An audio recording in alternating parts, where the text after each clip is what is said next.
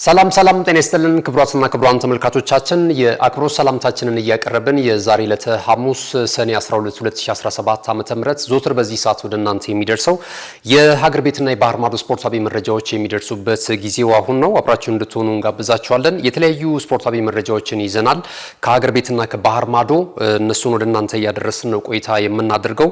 እንድትከታተሉን አሁንም በድጋሚ በአክብሮት እንጋብዛለን። የኢትዮጵያ ፕሪሚየር ሊግን እናስቀድማለን። በሀገር ውስጥ መረጃችን የኢትዮጵያ ፕሪሚየር ሊግ የ2017 ዓ.ም የውድድር ዘመን የመርሃ ግብሩ የውድድር ዓመቱም የመጨረሻ ጨዋታዎች ከፊታችን እሁድ አንስተው እንደሚከናወኑ ሊግ ሼር ካምፓኒው ያደረሰን መረጃ ያመለክታል። የኢትዮጵያ ሊግ ሼር ካምፓኒ ወይም ደግሞ የፕሪሚየር ሊግ አክሲዮን ማህበር እንግዲህ ሊጉን በበላይነት ያለፉትን ዓመታቶች እየመራ እንደሆነ ይታወቃል። ይህ የውድድር ዓመት እንግዲህ ከአለፉት ዓመታቶች ለየት የሚያደርገው አስቀድሞ የሊጉን የዋንጫ ባለክብር ኢትዮጵያ መድንን አድርጎ ማሳወቁ የሚታወስ ነው። እንግዲህ ኢትዮጵያ መድን 70 ነጥቦችን ይዞ አሁንም ካከናወናቸው የመርሃ ግብሩ 35 ጨዋታዎች የተሻለ ነገር ይዞ እንግዲህ የሊጉን የዋንጫ ክብር ማሳካቱ ይታወሳል። አሁን ላለመውረድ የሚደረገው ትንቅንቅ እስከ መጨረሻው ሳምንት ድረስ መጥቷል ማለት ነው። አምና ወይም ባለፈው ዓመት በዚህ በሊጉ ላይ እንደተመለከትነው እንግዲህ እስከ መጨረሻ ሳምንት መርሃ ግብር ድረስ በተለይ ሻምፒዮናው ክለብ ኢትዮጵያ ንግድ ባንክና መቻል እግር ኳስ ክለብ ሲፋለሙ እንደነበረ እናስታውሳለን። በስተመጨረሻም ኢትዮጵያ ንግድ ባንክ እግር ኳስ ክለብ እንግዲህ በዚህ በኢትዮጵያ ፕሪሚየር ሊግ በተለይ አዲሱ ፎርማት ከ1990 በኋላ ከመጣ በኋላ የሊጉን የዋንጫ ክብር ለመጀመሪያ ጊዜ ማሳካቱንም እንደዚሁ ስናነሳ ነበረ። የባለፈው ዓመት እንግዲህ ለሊጉ የዋንጫ ክብር የነበረው ትንቅንቅ እጅግ በጣም ፕሪሚየር ሊጉን አድምቆት ነበር። ዘንድሮ እንግዲህ አስቀድሞ ኢትዮጵያ መድን የሊጉ ሻምፒዮና መሆኑን ማረጋገጡን ተከትሎ እንግዲህ ያን ያህል በሻምፒዮናነት በሚደረገው ግስጋሴ ላይ ለእግር ኳስ ቤተሰቡ ሳቢ ነው ለማለት ያስቸግራል። ነገር ግን አሁንም ያልተዘጉ ምዕራፎች አሉ። በተለይ ከሊጉ ላለመሰናበት የሚደረገው ትንቅንቅ አሁንም የቀጠለበትን ሂደት እንመለከታለን። እስከ መጨረሻው ሳምንት መርሃ ግብር ድረስም የሚቀጥል ነው የሚሆነው። ምክንያቱም ዘንድሮ ደግሞ ከኢትዮጵያ ፕሪሚየር ሊግ 5 ክለቦች ናቸው የሚወርዱት። በእርግጥ አስቀድሞ ወልቂጤ ከነማ እግር ኳስ ክለብ የኢትዮጵያ እግር ኳስ ፌዴሬሽን ያስቀመጠውን መስፈርት ሳያሟላ መቅረቱን ተከትሎ ወደ ኢትዮጵያ ከፍተኛ ሊግ መውረዱን እናስታውሳለን። አሁን ደግሞ 4 ክለቦች ይወርዳሉ። ወልዋሎ አዲግራት ዩኒቨርሲቲ እና ሱልሽረ እንደስላሴ አስቀድመው መውረዳቸውን አረጋግጠዋል። ተጨማሪ 2 ክለቦች ግን አሁንም በኢትዮጵያ ፕሪሚየር ሊግ በቀጣይ በ2018 በአዲሱ የውድድር ዘመን የማንመለከታቸው ክለቦች ይኖራሉ። አዳማ ከተማ ቀይ መብራት በርቶበታል። እንደዚሁም መቀሌና ኢትዮ ኤሌክትሪክም እንደዚሁ ስጋት ቀጠና ላይ ነው የሚገኙት። በመጨረሻው ሳምንት መርሃ ግብር የሚደረጉ ጨዋታዎች እንግዲህ እጅግ በጣም ወሳኝ ናቸው። አዳማ በጣም አጣብቂኝ ውስጥ ነው የሚገኘው። መቀሌ 71 እንደርታና ኢትዮ ኤሌክትሪክም እንደዚሁ በተመሳሳይ ማለት ነው ከሁለት አንዱ የመውረዳቸው ነገርም አይቀሬ ነው የሚመስለውና ሂሳባዊ ስሌት ስንመለከት ፋሲል ከተማም በተወሰነ መልኩ እንደዚሁ ስጋት ያለባቸውን ሁኔታ እየተመለከትን እንገኛለን። ግን የመጨረሻው የውድድር ዓመቱ ጨዋታዎች ከዕለተ እሁድ ጀምረው ይከናወናሉ። እሁድ የሚደረጉትን ጨዋታዎች ስንመለከት ሁሉም ጨዋታዎች በአዳማ ሳይንስና ቴክኖሎጂ ዩኒቨርሲቲ ስቴዲየም ነው የሚደረጉት ተብሏል። የዲኤስቲቪ ሱፐር ስፖርት የቀጥታ ስርጭት እንዲያገኙና የእግር ኳስ ቤተሰቡ በቀጥታ ጨዋታዎችን እየተከታተለ መላቀቅ ይኖራቸዋል ተብሎ የሚገመቱ ጨዋታዎችን ራሱ ዳኝነት እንዲሰጥ ነው ይሄ እድል የተመቻቸው ተብሏልና ይሄ እንግዲህ ለእግር ኳስ ቤተሰቡ የተሻለ ፍርድ ለመስጠት በስማ በለው ሳይሆን ጨዋታውን በቀጥታ እየተከታተለ ያሉትን ሻጥሮች በደንብ በግልጽ ይመለከታል። ጨዋታዎቹ ከተጠናቀቁ በኋላ ደግሞ የራሱን አስተያየትና የራሱን ውሳኔዎች ይሰጣል ተብሎ ይጠበቃልና በዚህ አይነት መልኩ እንዲጠናቀቅ አድርጓል ማለት ነው የሊግ ሼር ካምፓኒው። ጥሩ ነው። ነገር ግን በጣም ብዙ ክትትል እና የሚያስፈልጋቸው ጨዋታዎች አሉ። ከፍተኛ ጥንቃቄ የሚያስፈልጋቸው ጨዋታዎች አሉ። እነዚህን ጨዋታዎች እንግዲህ ከግምት አስገብተው የመጨረሻው የውድድር ዓመቱ ጨዋታዎች ፍትሃዊ ይሆናሉ ተብሎ ነው የሚጠበቀው ማለት ነው። በዚህም መሰረት በዕለተ እሁድ ቀን 9 ሰዓት ላይ በአዲስ አበባ ደርቢ ኢትዮጵያ ቡና ከኢትዮጵያ ንግድ ባንክ ጋር ጨዋታቸውን የሚያከናውኑ ይሆናል። ኢትዮጵያ ቡና በዘንድሮ ዓመት በጣም ጥሩ እንቅስቃሴ አድርጓል። ሁለተኛ ደረጃን ይዞ አጠናቋል። አስቀድሞ መሀል ላይ የነበረበት ክፍተት ከሊጉ ሻምፒዮናነት ፉክክር አራቀው እንጂ የተሻለ ነገር ለማሳካት እድል ነበረው። ወጣቱ አሰልጣኝ ነጻነት ክብሬ እጅግ በጣም እየተወደሰ ይገኛል በኢትዮጵያ ቡና እግር ኳስ ክለብ ደጋፊዎች ዘንድ። በተከታታይ ዓመት ጥሩ አይነት የሚባል ለዋንጫ የቀረበ እንቅስቃሴ ሲያደርግ ነበረ። አምና ደግሞ እንደምናስታውሰው የኢትዮጵያ ዋንጫ የውድድር መድረክ የዋንጫው ባለክብር እንደነበረ እናስታውሳለን። ዘንድሮ በኢትዮጵያ ፕሪሚየር ሊግ ደግሞ ወደ ሁለተኛነት ደረጃ መጥቷል። ያምናው የሊጉ ሻምፒዮና ክለብ ኢትዮጵያ ንግድ ባንክ ዘንድሮ በአንጻራዊነት በጣም ደካማ የውድድር ዓመትን እያሳለፈ ነው የሚገኘው። አሰልጣኝ በጸሎት ልዑል ሰገድን ከአሰልጣኝ ነጻነት ክብሬ ጋር የሚያገናኘው የወጣቶቹ ፍልሚያ በውድድር ዓመቱ የመጨረሻ ጨዋታ ተጠባቂ ሆኗል ማለት ነው። ሌላኛው እንግዲህ 12 ሰዓት ላይ የሚደረገው ጨዋታ በዕለተ እሁድ ቅዱስ ጊዮርጊስ እግር ኳስ ክለብ ከመቻል ጋር የሚያደርጉትም ጨዋታ እንደዚሁ ይጠበቃል ማለት ነው። ቅዱስ ጊዮርጊስ አሁን ላይ የሰባተኛ ደረጃ ላይ ነው የሚገኘው በ45 ነጥቦች። ጎል ንጹህ ግቦች የሉትም፣ እንዲሁም የግብዳ የለበትም በዜሮ ግብዳ ማለት ነው። መቻል እንደምንመለከተው እንግዲህ አስቀድሞ በሊጉ ጅማሮ በጣም ጥሩ እንቅስቃሴ ሲያደርግ ነበረ። የሊጉን የደረጃ ሰንጠረዥን በቀዳሚነት ሲመራ የነበረበት እንዲሁም ለሊጉ የዋንጫ ክብር ግምት ሲሰጣቸው ከነበሩ ክለቦች መካከል አንደኛው እንደነበር ይታወሳል። አሁን ግን በሂደት ተንሸራቶ እንግዲህ የአሰልጣኝ ገብረ ክርስቶስ ቢራራው ቡድን 44 ነጥቦችን ይዞ 9ኛ ደረጃ ላይ ነው የሚገኘው። ይህን ጨዋታ ካሸነፈ ነጥቡን ማሻሻል ደረጃውንም የሚያሻሽልበት እድል ይፈጠራል ማለት ነው። ሰኞ የሚደረጉትን ጨዋታዎች ስናያቸው ደግሞ ወላይታ ዲቻ ከድሬዳዋ ከተማም እንደዚሁ በተመሳሳይ 45 ነጥቦችን ይዞ ወራጅ ቀጠና ዋፋፍ ላይ ነው የሚገኙ። በዚህ ጨዋታ ላይ ወላይታ ዲቻን ማሸነፍ የበለጠ አስተማማኝ ያደርግለታል ተብሎ ይጠበቃል። ወላይታ ዲቻዎች ያለፉትን ጨዋታዎች እየተሸነፉ ነው የሚገኙት፣ ውጤት እያስመዘገቡ አይደለም የሚገኙት። በኢትዮጵያ ዋንጫ በሲዳማ ቡና እግር ኳስ ክለብ የመድረኩን የዋንጫ ክብር ከተነጠቁ ወይም ደግሞ በዛ የዋንጫ ክብር ላይ ስኬት ማሳካት ካቃታቸው በኋላ በፕሪሚየር ሊጉ ላይ የሚያላቸው የእንቅስቃሴ በአንጻራዊነት ደከም ብሎ እየተመለከት ነው እንገኛለን። ሀዲያ ሆሳዕና ከአርባ ምንጭ ከተማ በዚህ ሁለት አመሻሽ 12 ሰዓት ላይ የሚደረግ ጨዋታ ነው። ሐዋሳ ከተማ ከአዳማ፣ ይህም ጨዋታ እጅግ በጣም ወሳኝ ነው። በተለይ ደግሞ ለአዳማ ከተማዎች ወሳኝ የሚባል ነው። ይህን ጨዋታ በድል ተወጥተው የሌሎችንም ክለቦች ውጤት መጠበቅ ያስፈልጋቸዋል። ስለዚህ በጣም ከባድ ፍልሚያ የሚታይበት ጨዋታ ይሆናል ተብሎ ይጠበቃል። ሐዋሳ ነው ያለፉትን 12 ጨዋታዎች ሽንፈት አላስተናገደም የአሰልጣኝ ሙሉጌታው ምህረት ቡድን። በዚህም ጨዋታ ላይ ለማሊያ ክብር ከፍተኛ ፍልሚያ ያደርጋል ተብሎ ይጠበቃል። ሌላኛው ወራጅ ቀጠና ዋፋፍ ላይ በተወሰነ መልኩም ርቆ ቢሆን እየተመለከት ነው የምንገኘው የሰሜን ኢትዮጵያ ተወካዩ ክለብ ፋሲል ከተማ እግር ኳስ ክለብ ከሲዳማ ቡና ጋር የሚያደርጉትም ጨዋታ እንደዚሁ አመሻሽ 12 ሰዓት ላይ ይደረጋል። በዕለተ ረቡዕ ባህር ዳር ከተማ ከወልዋሎ አዲግራት ዩኒቨርሲቲ፣ መቀሌ እንደዚሁ ከኢትዮ ኤሌክትሪክ ጋር ጨዋታቸውን ያደርጋሉ። በተለይ የመቀሌና የኢትዮ ኤሌክትሪክ ጨዋታ እጅግ በጣም በበርካቶች ዘንድ ትልቅ ትኩረትን አግኝቷል።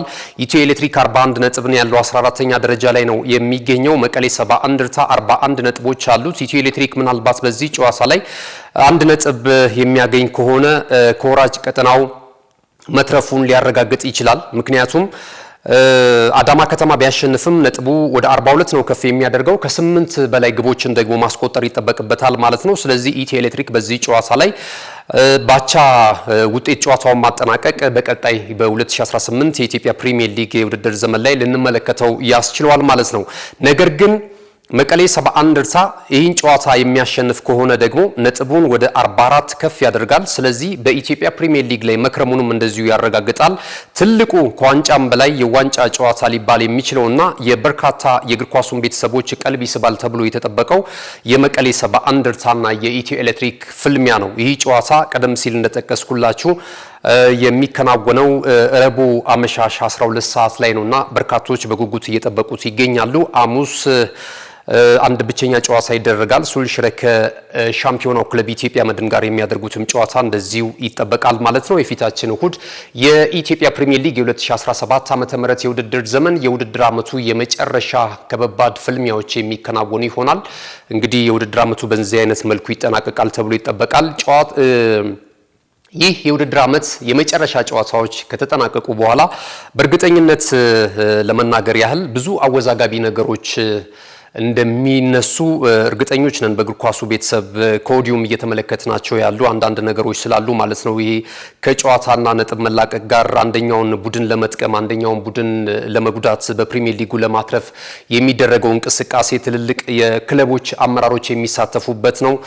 አንዳንዶች ወደ ፖለቲካውም እየጠመዘዙ ብዙ ነገሮች የሚሰሩበት ነውና እግር ኳስ ደግሞ ከፖለቲካ ከተለያዩ አላስፈላጊ ጉዳዮች ነፃ ነው ስፖርት በአጠቃላይና ይህንን ነገር ጠብቆ እንግዲህ እንዲከናወን እንደናሁ ስፖርትኛም ከፍተኛ ጥንቃቄ መደረግ እንዳለበት በዚሁ ለአወዳዳሪው አካል ሊግ ሼር ካምፓኒው ለኢትዮጵያ እግር ኳስ ፌዴሬሽን እና ለሌሎች ለዳኞች ማህበር እንደዚሁ መልእክታችንን እናስተላልፋለን።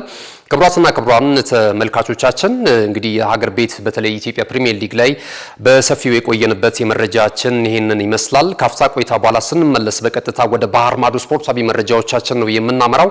አሁንም ነው ቴሌቪዥንን ምርጫችሁ አድርጋችሁ እየተከታተላችሁን ስላላችሁ እጅግ በጣም እናመሰግናለን። እስኪ መሸጋገሪያውን ተከታትለን እንመለስ። ካሽጎ በየትኛውም ዓለም ሆነው በማንኛውም ሰዓት ለወገኑ የሚደርሱበት ፈጣን የገንዘብ መላኪያ ተከፈተሉ። ማስተርና ቪዛ ካርዶን በመጠቀም ከ5 እስከ 20 ዶላር የሚልኩበት አዲስ የገንዘብ መላኪያ መንገድ። ካሽጎን ለየት የሚያደርገው የትኛውም የገንዘብ ዝውውር በፍጥነት አገልግሎት ከመስጠቱም ባሻገር ለማንኛውም አገልግሎት ምንም አይነት ክፍያ አለመጠየቁ ነው። በሀገራችን ታሪክ ገንዘብን ከውጪ ወደ ሀገር ቤት በማስተላለፍ በመተግበሪያ መልክ አገልግሎት መስጠት የጀመረው የመጀመሪያው ሀገር በቀል የገንዘብ መላኪያ ዘዴ ካሽጎ ከ4500 በላይ ባሉ የባንክ ቅርንጫፎች አገልግሎት እየሰጠ ይገኛል። ገንዘቦን በሰኮንዶች ልዩነት ውስጥ ይፈልጉ በአካውንቶ ወይንም በእጆ ቆጥረው የሚወስዱበት ልዩ ዘዴ። በቅርቡ ሁሉንም ኢትዮጵያዊ ባለቤት ለማድረግ ጉዞ የጀመረው ካሽጎ ዛሬውኑ መተግበሪያውን በስልኮ ላይ በመጫን የአገልግሎቱ ተጠቃሚ ሆኑ። ፍጥነት መለያችን፣ ኢትዮጵያን መክፈቻችን፣ ካሽጎ ነው መላኪያችን። ካሽጎ የአዲሱ ትውልድ ብራንድ። ተመልሰናል። ይህ ናሁ ቴሌቪዥን ነው። ስፖርታዊ መረጃዎቻችንን እየተከታተላችሁ ትገኛላችሁ። አብራችሁን ስላላችሁ እጅግ በጣም ነው የምናመሰግነው። ወደ ባህር ማዶ ስፖርታዊ መረጃዎቻችንን እናምራ። በቀጥታ የዓለም ክለቦች ሻምፒዮና የውድድር መድረክ 32 ክለቦችን በ8 ምድብ እያፋለመ እንግዲህ ጥሩ እንቅስቃሴ እየታየበት ይገኛል። በሀገር አሜሪካ አስተናጋጅነት በአዲሱ በዚህ የውድድር ፎርማት ላይ አዳዲስ ክለቦችንም እየተመለከትን እንገኛለን። ፈጣኑ የዚህ የውድድር መድረክ ግብም ትላንትና ከመረብ አርፋል። ይህንንም እናያለን። ዛሬና እንዲሁ ደግሞ ትላንትም የተደረጉ የጨዋታ ውጤቶችን እንመለከታለን። ሌሊት ላይ በተለይ የተደረጉ ጨዋታዎች አሉ። አስቀድሞ ግን ትላንት ምሽት ላይ የነበሩትን ጨዋታዎች ስንመለከት የእንግሊዙ ክለብ ማንቸስተር ሲቲ እንደዚሁ ከአፍሪካ ተወካዩ ክለብ ዋይዳድ ካዛብላንካ ጋር ያደረጉ ጨዋታ በዜጎቹ 2-0 አሸናፊነት ፍጻሜውን አግኝቷል። በዚህ ጨዋታ ላይ የውድድር መድረኩ ፈጣኗ ጎል ስትመዘገብ የማንቸስተር ሲቲው እንግሊዛዊ ኢንተርናሽናል ፊል ፎደን 1 ደቂቃ ከ52 ሰከንድ ነው የወሰደበት። እጅግ በጣም የሚገርም ፈጣን ጎል ነው ማስቆጠር የቻለው። በውድድር መድረኩም እንግዲህ የቀዳሚው ጎል ተደርጎ በሪከርድነት ተመዝግቧል ማለት ነው። ከጥር ወር ጀምሮ እንግዲህ ተጫዋች አስቀድሞ ብዙ ሲባልለት የነበረ በማንቸስተር ሲቲ ማሊያ ስኬት ላይ የራሱን ሚና መጫወት የቻለ ወጣት ተስፈኛ ተጫዋች ነው። የሚገርም እንቅስቃሴ ሲያደርግ ነበር ያለፉትን አመታቶች። በዚህ አመት ግን በጣም ተዳክሞ ነበር እንደምናውቀው ማለት ነው።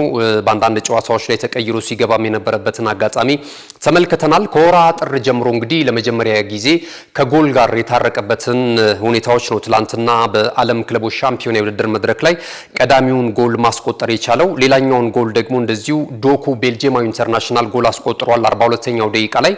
ማንቸስተር ሲቲዎች እንግዲህ አምበላቸውንም በዚህ አጋጣሚ መሾማቸውን ለአዲሱ የውድድር ዓመት እንደዚሁ በርናርዶ ሲልቫን አድርገው መሾማቸው የሚታወቅ ነውና የመጀመሪያ የዚህ የዓለም ክለቦች ሻምፒዮና የመጀመሪያ ጨዋታቸውን በድል የጀመሩበትን ውጤት ማስመዝገብ ችለዋል ማለት ነው።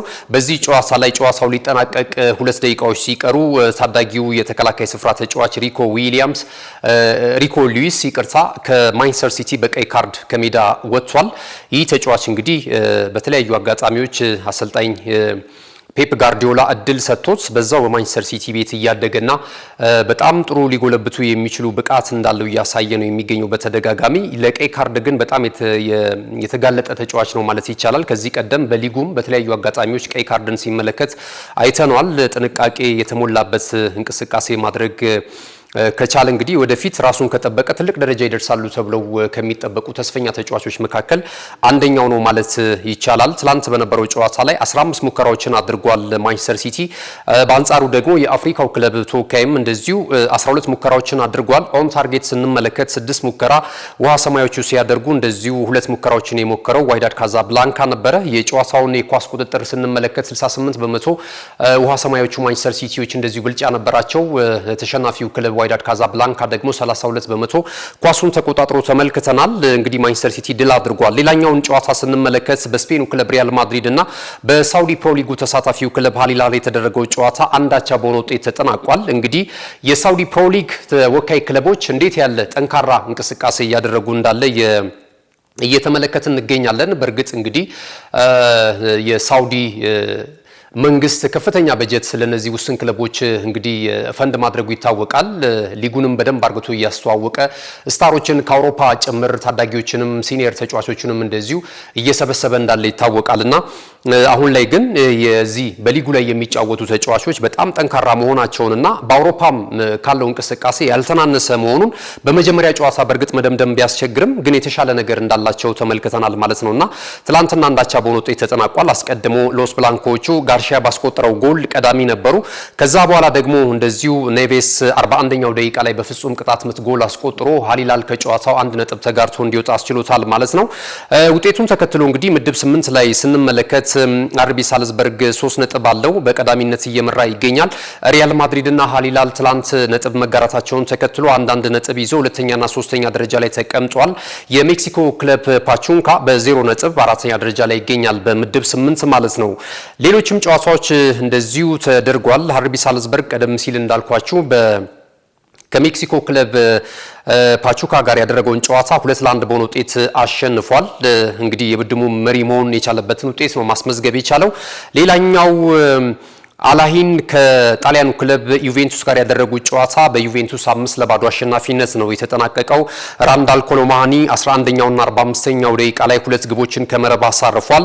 እንደዚሁ ኮንሴካው ደግሞ 21ኛውና 58ኛው ደቂቃ ላይ 2 ግቦችን በተመሳሳይ ሲያስቆጥር ሄልዲ 31ኛው ደቂቃ ላይ ሌላ ጎል አስቆጥሮ ጨዋታው በአሮጊቷ 5-0 አሸናፊነት ፍጻሜውን አግኝቷል። የቱሪኑ ክለብ በጣሊያን ሴሪያ በጣም ደካማ ጊዜን ሲያሳልፍ እንደነበረ እናስታውሳለን። አሁን ላይ ግን በዓለም ክለቦች ሻምፒዮና የመጀመሪያ 3 ነጥቡን ማሳካት ችሏል ትላንትና ማለት ነው። ዛሬ የሚደረጉ ጨዋታዎች አሉ። ግን የዩቬንቱስ እና ማንቸስተር ሲቲ እንግዲህ 3 ነጥብ ይዘው በጎል ክፍያ በመበላለጥ ዩቬንቱስ ነው ቀዳሚ ስፍራ ላይ የተቀመጠው። ምድቡን በዚህ አይነት መልኩ እየመሩት ይገኛሉ። ዋይዳድ እና እንደዚሁ አላሂን ደግሞ በ0 ነጥብ ተከታዩን ደረጃ ይዘዋል በምድብ 7 ማለት ነው። ሌላ ዛሬ የሚደረጉ በዓለም ክለብ ሻምፒዮና የውድድር መድረክ ላይ ፓልሜራስ ከአፍሪካው የግብፁ ክለብ ሃሊላል ጋር የሚያደርጉት ጨዋታ ምሽት 1 ሰዓት ላይ ይደረጋል። ኢንተር ሚላን እንደዚሁ ከፖርቶ ጋር ጨዋታውን የሚያከናውን ነው የሚሆነው። ይህ ጨዋታ ምሽት 5 ሰዓት ላይ ይደረጋል። ሲያትል ሳውንደርስ እንደዚሁ ከአትሌቲኮ ማድሪድ የሚያደርጉትም ጨዋታ ተጠባቂ ነው። አትሌቲኮ ማድሪድ አስቀድሞ በመጀመሪያው ጨዋታ በፒኤስጂ 4-0 በሆነ ውጤት መሸነፉ የሚታወስ ነው። ዛሬ እንግዲህ ወደ ድል መመለስ የሚያደርገውን ጨዋታ ወይም ደግሞ በዚህ የውድድር መድረክ ላይ ረጅም ጉዞ ለማድረግ ይህን ጨዋታ ማሸነፍና ነጥብ ማግኘት ይጠበቅበታል ማለት ነው። ፒኤስጂ ከፖታፎጎ የሚያደርጉት ጨዋታ እንደዚሁ የሚከናወን ይሆናል። ሌሊት ላይ የሚደረግ ጨዋታ ነው። የዓለም ክለቦች ሻምፒዮና እንግዲህ ተጋግሎ የበለጠ ደግሞ የጠራ ትልልቆቹ ቡድኖች ከምድቦቻቸው እያለፉ ጨዋታዎችን እያሸነፉ ሲመጡ እርስ በርስ በጥሎ ማለፍ ሲገናኙ ደግሞ የበለጠ አጓጊነቱ ይጨምራል ተብሎ ይጠበቃል። አሁንም በአንጻራዊነት በአንዳንድ ትልልቅ ጨዋታዎች ላይ ከ60,000 እስከ 80,000 ድረስ የሚደርሱ ተመልካቾች ከፍታና ዝቅታ ቢኖረውም በሀገር አሜሪካ በስቴዲየም ገብቶ እግር ኳስን እየተመለከቱ ይገኛሉ። እንግዲህ ብዙ ጊዜ ቤዝቦል፣ ባስኬትቦልን የመሳሰሉ የስፖርት አይነቶች ናቸው በሀገር አሜሪካ እንግዲህ ህዝቦች ዘንድ የበለጠ ተፈቃሪና ተወዳጅ የሆነው። አሁን ግን የሜጀር ሊግ ሶከር ትልልቅ ተጫዋቾችን እንደነ ሊዮኔል አንድሬስ ሜሲን የመሳሰሉ ሌሎችም ከዋክብቶችን ይዞ በየጊዜው እንመለከታለን። የበለጠ እግር ኳስ ተወዳጅ እንዲሆን ለማድረግ ፍላጎት አላቸው። አሁን ላይ ያለው መነሳሳት በጣም ጥሩ ነው። በቀጣይም እንግዲህ የዓለም ዋንጫን በጣምራ ከሚያስተናግዱ የ2026ቱን የዓለም እግር ኳስ ዋንጫ የውድድር መድረክን ከሚያስተናግዱ ሀገራቶች መካከል አንደኛው አሜሪካ ነው። እንደሚታወቀው ካናዳና ሜክሲኮ ናቸው። ሶስቱ በጥምረት ናቸው የሚያሰናዱትና እንደዚህ አይነት እንግዲህ የውድድር መድረኮች በተደጋጋሚ የሚመጡ ከሆነ ስፖርት ቤተሰቡና እግር ኳስ ወዳጁ የበለጠ በእግር ኳስ ፍቅር ሊነደፍ የሚችልበት እድል ሊኖር ይችላል ተብሎ ይጠበቃል። ወደ ሌሎች አጫጭር ስፖርታዊ መረጃዎቻችን ለፍ የተወዳጁ የእንግሊዝ ፕሪሚየር ሊግ የ2025-26 የውድድር ዘመን በትላንትናው ዕለት የጨዋታ ዕለትና እንደዚሁ ሰዓታቶች ይፋ ተደርጓል። እንግዲህ በዚህ መሰረት በመጀመሪያው ሳምንት ከሚከናወኑ 10 ጨዋታዎች መካከል በሀገር ቤት በርካታ ብዙ ደጋፊዎች ካላቸው ክለቦች መካከል ማንቸስተር ዩናይትድ እና አርሰናል እንደሆኑ ይታወቃልና በመጀመሪያው ሳምንት ባልተለመደ ሁኔታ ተገናኝተዋል። እንግዲህ ነሐሴ 9 ነው የእንግሊዝ ፕሪሚየር ሊግ ጅማሮውን የሚያደርገው በኢትዮጵያ ቀን አቆጣጠር ማለት ነውና ከ57 ቀናቶች በኋላ ሊጉ ጅማሮውን ያደርጋል። ማንቸስተር ዩናይትድ ባሳለፍነው ዓመት የመጀመሪያ ጨዋታውን ያደረገው እንደዚሁ ከምዕራብ ለንደኑ ክለብ ፉልሃም ጋር መሆኑ የሚታወስ ነው። ያን ጨዋታም 1-0 በሆነ ውጤት አሸንፎ ነበር አምና የውድድር ዓመቱን በድል የጀመረው። አርሰናል ደግሞ ከኦልቨርሃምፕተን ወንደረርስ ጋር ነበር ጨዋታውን ያደረገው። ቡካዮ ሳካና ሃቨርትስ ባስቆጠሯቸው ጎሎች ኦልቨርሃምፕተን ወንደረርስን 2-0 በሆነ ውጤት ነበር እንደዚሁ የውድድር ዓመቱን በድል የጀመሩት ማለት ነው። ዘንድሮስ ምን አይነት ነገር አስመዝግበው እነዚህ ሁለት ቡድኖች የውድድር ዓመቱን ይጀምራሉ የሚለው ነገር በጣም ተጠባቂ ነው። ነሐሴ 9 እንግዲህ በበርካታ የኢትዮጵያን እግር ኳስ አፍቃሪያን በተለይ የእንግሊዝ ፕሪሚየር ሊግን አብዝተው ለሚናፍቁ የእግር ኳሱ ቤተሰቦች የበለጠ እንግዲህ ይናፈቃል ብለን እናስባለን። ወደ ሌሎች አጫጭር ስፖርታዊ መረጃዎች እንለፍ። ሚካኤል ሞድሪክ እናገኛለን። ይህ ዩክሬናዊ ተጫዋች እንግዲህ አሁን ላይ ከተከለከለ ንጥረ ነገር ተጠቅሞ ለስፖርተኛ የተከለከለ ንጥረ ነገር ተጠቅሞ እንግዲህ እግር ላይ እንደሚገኝ ከወራ ዳር ጀምሮ እግር ላይ እንደሚገኝ ይታወቃል። አሁን ምናልባት እንግዲህ ክስ ተመስርቶበታል። አጠቃላይ በዚህ ጉዳይ ላይ እንግዲህ የእንግሊዝ እግር ኳስ ማህበር እንደዚሁ ክስ እንደመሰረተበት እየተነገረ ነው የሚገኘው። ይሄ ነገር ከተረጋገጠ ወደ 4 ዓመት ያህል ከእግር ኳስ ሊርቅ እንደሚችል እየተገለጸ ነው የሚገኘው ማለት ነው። እንግዲህ ከዩክሬኑ ክለብ በ89 ሚሊዮን ፓውንድ ነበር የምዕራብ ለንደኑ ክለብ ቼልሲ ማስፈረም የቻለው። አርሰናል ይገባል አስቀድሞ ተብሎ ሲጠበቅ እንግዲህ ብዙ የአርሰናል ደጋፊዎች ሲጠብቁት በር ቀይሮ ወይም ደግሞ ስቴዲየም ቀይሮ ወደ ቼልሲ ያመራበትን ውጤት ማስተዋስ እንችላለንና ይህ ተጫዋች የተጠበቀውን ያህል በሜዳ ላይ እንቅስቃሴ ውጤታማ ነበር ለማለት አይቻልም በቼልሲ በነበረው ቆይታ። አሁን ደግሞ ይሄ አይነት ነገር ተከስቶበታል። እንግዲህ በቀጣይ በሜዳ ላይ ላንመለከተው እንችላለን። ከዚህ ቀደም ፖል ፖግባ በተመሳሳይ እንደዚህ ተመሳሳይ ሁኔታ ገጥሞት ነበር። እሱ እንኳን አሁን 4 ዓመት እግር ተጥሎበት ወደ 18 ወራት እንግዲህ በጠበቃው አማካኝነት ሲታገል ቆይቶ እንደዚሁ ተቀንሶለት አሁን ወደ ሜዳ ተመልሷል። ምናልባት ከሰሞኑ ይወጡ ያሉ መረጃዎች ወደ ፈረንሳዩ ክለብ ሞናኮ የማምራቱ ነገር ሁን ስለመሆኑ እየተገለጸ ይገኛል። በአሜሪካ ልምምዱን እየሰራ ይገኛል በግል ማለት ነው። ይህንን ይመስላል ከሚካኤል ሞድሪክ ጋር የተያያዘው መረጃችን። ሌላኛው ከዝውውሩ ጋር ደግሞ እንደዚሁ መረጃዎችን ስንመለከት የሊቨርፑል የፊት መስመር አጥቂ ኑኔዝ ወደ ጣሊያኑ ክለብ ናፖሊ ለማምራት እንደዚሁ ነገሮች እንደተጀመሩ እየተገለጸ ነው የሚገኘው። ናፖሊ በእንግሊዝ ፕሪሚየር ሊግ የሚጫወቱ ተጫዋቾችን እየወሰደ እንግዲህ ወደ ውጤት እየበቃ ይገኛል። የሴሪያው የተጠናቀቀ የውድድር ዓመት ሻምፒዮና እንደሆነ ይታወቃል። ከዚህ ቀደምም ትልልቅ በፕሪሚየር ሊጉ ላይ የሚጫወቱ ተጫዋቾች በተለይ የቀድሞ የማንቸስተር ዩናይትድን ተጫዋቾች ማክቶሚኔን ወስዶ በጣም ውጤታማ ሆኗል። ሮሜሎ ሉካኩም አሁን በተመሳሳይ የስኩዴቶን የዋንጫ ክብር ሲያሳኩ ትልቅ ሚና ከነበራቸው ተጫዋቾች መካከል አንደኛው ነው። አሁን ደግሞ በቀጣይነት እንግዲህ ኑኔዝን ከሊቨርፑል ለማስፈረም ፍላጎት አለው እየተባለ ይገኛል። በተጨማሪም ጄደን ሳንቾንም እንደዚሁ ለማግኘት ንግግር ስለመጀመራቸው ከማንቸስተር ዩናይትድ ጋር እየተነገረ ነው የሚገኘው ማለት ነው። ሊቨርፑልን በተመለከተ ከአሌክሳንደር አይዛክ ጋር ስሙ እየተያያዘ ይገኛል። ትልልቅ ዝውውሮችን ፈጽሟል። እስካሁን ድረስ ባለው ሂደት በተለይ የፍሎሪያን ዊርትዝ በጣም ከፍተኛ ገንዘብ የወጣበት ተጫዋች ነው። እስከ 127 ሚሊዮን ፓውንድ ድረስ ምናልባት ለዚህ ተጫዋች ለባየር ሊቨርኩሰን እንደዚሁ ለዝውውሩ እንደሚከፍል ነው እየተገለጸ የሚገኘው። ይህም ተጫዋች እንግዲህ አሌክሳንደር አይዛክም በጣም ውድ እንደሆነ ኒውካስል ዩናይትድ በዋዛ እንደማይለቀው እየተገለጸ ነው የሚገኘውና ኑኔዝን ወደ ናፖሊ የሚሸጥ ከሆነ የ9 ቁጥር ተጫዋች ያመጣል ተብሎ ነው የሚጠበቀው። አሌክሳንደር አይዛክ ደግሞ የመጀመሪያው ተመራጭ ተጫዋቻቸው ነው እየተባለ ነው የሚገኘውና ይህንን እየተመለከተ እንገኛለን። በዛው በጣሊያን ቆይታ ስናደርግ ኢንተር ሚላን እንደዚሁ ራስመስ ሆይሉንድን ከማንቸስተር ዩናይትድ የማስፈረም ፍላጎት አለው። ንግግርም ስለመጀመሩ እየተገለጸ ይገኛል። የተጫዋች ቅያሪም ለድርድር እንደዚሁ ይቀርባል ነው እየተባለ የሚገኘው ማለት ነውና ይህንን እያየን ነው የምንገኘው። ሌላው እንግዲህ የማርከስ ራሽፎርድን ጉዳይ እናነሳለን። ማንቸስተር ዩናይትድ ለአስተን ቪላ ለፕሪሚየር ሊጉ ክለብ በውሰት ውል መስጠቱ ይታወቃል። ያለፉትን 6 ወራቶች በዛው በቪላ ፓርክ እንደዚሁ አሳልፎ ነበረ። በጣም ውጤታማ ጊዜን ማሳለፉም የሚታወስ ነው። መጨረሻ አካባቢ ላይ ጉዳት ገጥሞት እንግዲህ ጨዋታዎች እንዳላደረገ ይታወቃል። በእንግሊዝ ብሔራዊ ቡድንም እንደዚሁ ጥሪ ቀርቦለታል በአሰልጣኝ ቶማስ ቱኸል። ቀጣይ መዳረሻው እንግዲህ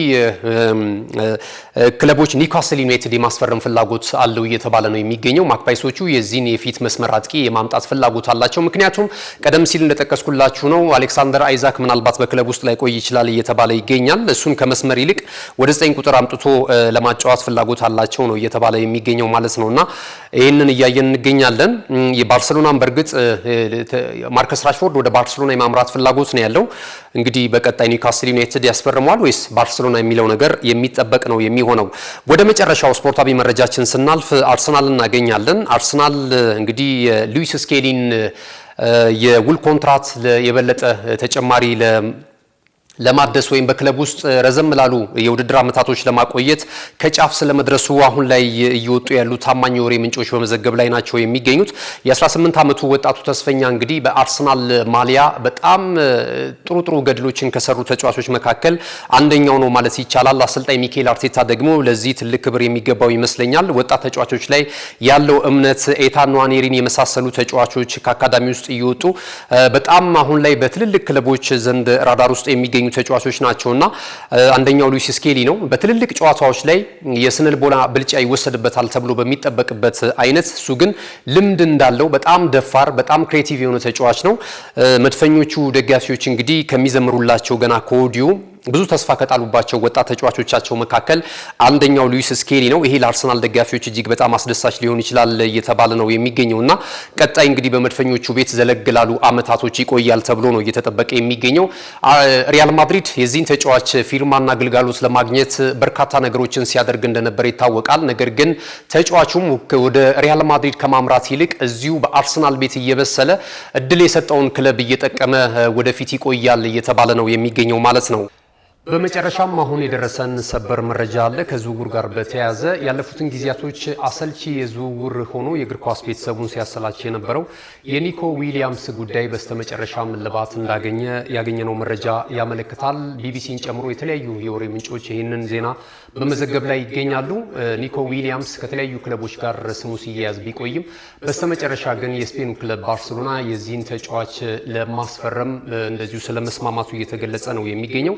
የ22 ዓመቱ ተጫዋች በብሔራዊ ቡድኑ ጥምረት ብዙ አስገራሚ ነገሮችን ሲያሳዩን የነበረውን ኒኮ ዊሊያምስ እንግዲህ ወደ ባርሴሎና ማምራቱን ተከትሎ ከላሚን ያማል ጋር የሚገናኝበትን እድል አግኝቷል። ያለፉትን ጊዜያቶች ከአርሰናልና ከተለያዩ ክለቦች ጋር ተጫዋች ስሙ ሲያያዝ ነበረ።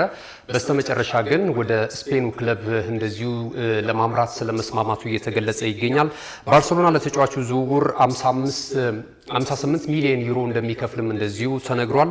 የሚቀጥሉትን 6 ዓመታት እስከ 30-31 ድረስ በብሉ ግራናዎቹ ቤት የሚቆየውን የውል ኮንትራት ይፈራረማል ተብሎ ነው የሚጠበቀው። በአመት የተጣራ 7.8 ሚሊዮን ፓውንድ እንደሚያገኝም ተገልጿል። ከዚህ እጥፍ የቡንደስሊጋው ክለብ ባየር ሙኒክ ለተጫዋቹ ክፍያ የመስጠት ፍላጎት ነበረው ተብሏል። ነገር ግን ተጫዋቹ ባርሴሎናን በመምረጥ በተለይ ደግሞ ላሚን ያማል ጋር አብሮ የመጫወት እድል እንዲያገኝ ጓግቷል ተብሏልና ይህ ዝውውር እንግዲህ በእንዲህ አይነት ሁኔታ ተጠናቋል። እንግዲህ ኦፊሻሊ ክለቡ የክለቡን ማሊያ ይዞ ብቻ ማረጋገጥ ነው የሚጠበቅበት። የ22 ዓመት ተጫዋቹ እንግዲህ በአትሌቲክ ቢልባኦ ያለፉትን አመታቶች ከፍተኛ ብቃት እንዳለው ሲያስመሰክር ነበረ። ለስፔን ብሔራዊ ቡድንም በተሰለፈባቸው ጨዋታዎች በተለይ የአውሮፓ ዋንጫ የውድድር መድረክን እንዴት ያለ ጥሩ እንቅስቃሴ ሲያደርግበት እንደነበረ ማስተዋስ ይቻላል። እንግዲህ ባርሴሎና ከዚህ ከፋይናንሻል ፌር ፕሌው ጋር በተያያዘ ሕግ ላለመጣስ ሌሎች ተጫዋቾችንም መልቀቅ ይጠበቅበታል። በቀጣይ ስሙ ከማርከስ ራሽፎርድ ጋርም እየተያያዘ ነው የሚገኘውና እንግዲህ ኒኮ ዊሊያምስን መርጧል ማለት ነው። ክቡራትና ክቡራን ተመልካቾቻችን ከሀገር ቤትና ከባህር ማዶ ለሰዓቱ ያሰናዳናቸው ስፖርታዊ መረጃዎች ይህንን ይመስሉ ነበረ። ስለተከታተላችሁን እጅግ በጣም እናመሰግናለን። እነዚህን መረጃዎች ወደ እናንተ በማድረስ አዘጋጁ ገዛኸኝ ዱላ ነኝ። የካሜራ ባለሙያችን ደግሞ እንደዚሁ ጋሻው ዳኘውና እንደዚሁም ደግሞ ምስጋናው ጌታቸው ከኛ ጋር ቆይታ አድርጓል። ተወዳጆች የናሁ ቴሌቪዥን ፕሮግራሞች የሚቀጥሉ ይሆናል። በያላችሁበት ቸር ጊዜ ይሁንላችሁ። መልካም ቀን። እነሆ የምስራች የ10 አየር መንገድ የበረራ ትኬት ለውድ ደንበኞቹ በተቀላጠፈና አስተማማኝ በሆነ መንገድ እያቀረበ ያለው። በዚህም በደንበኞቹ የተመሰገነው ጉዞጎ አሁን ደግሞ ተደራሽነቱን በማስፋት ተጨማሪ ባንኮችን በማካተት ለውድ ደንበኞቹ የበለጠ አስተማማኝ ለመሆን ችሏል። የጉዞጎን አፕሊኬሽን ከአፕ ስቶር ወይም ከፕሌይ ስቶር በማውረድ የመነሻና የመድረሻ ከተማዎትን መርጠው ዋጋ አወዳድረው የሀገር ውስጥም ሆነ ዓለም አቀፍ በረራ ማድረግ ካሰቡ የበረራ ትኬቶን ክፍያ በአቅራቢያው በሚገኙ ባንኮች አንድም በአካል በመሄድ ወይም በኦንላይን የክፍያ አማራጮች ክፍያዎትን በመፈጸም የበረራ ትኬቶን በእጅ ያስገቡ። ከዚህም በተጨማሪ እንደ ሁል ጊዜው ወደ ጉዞጎ የጥሪ ማዕከላችን 7473 በመደወል ከሙሉ የበረራ መረጃ ጋር የ24 ሰዓት የትኬት አገልግሎት ማግኘት እንደሚችሉ ስናበስሮ በታላቅ ደስታ ነው። ለበረራዎ ጉዞጎ።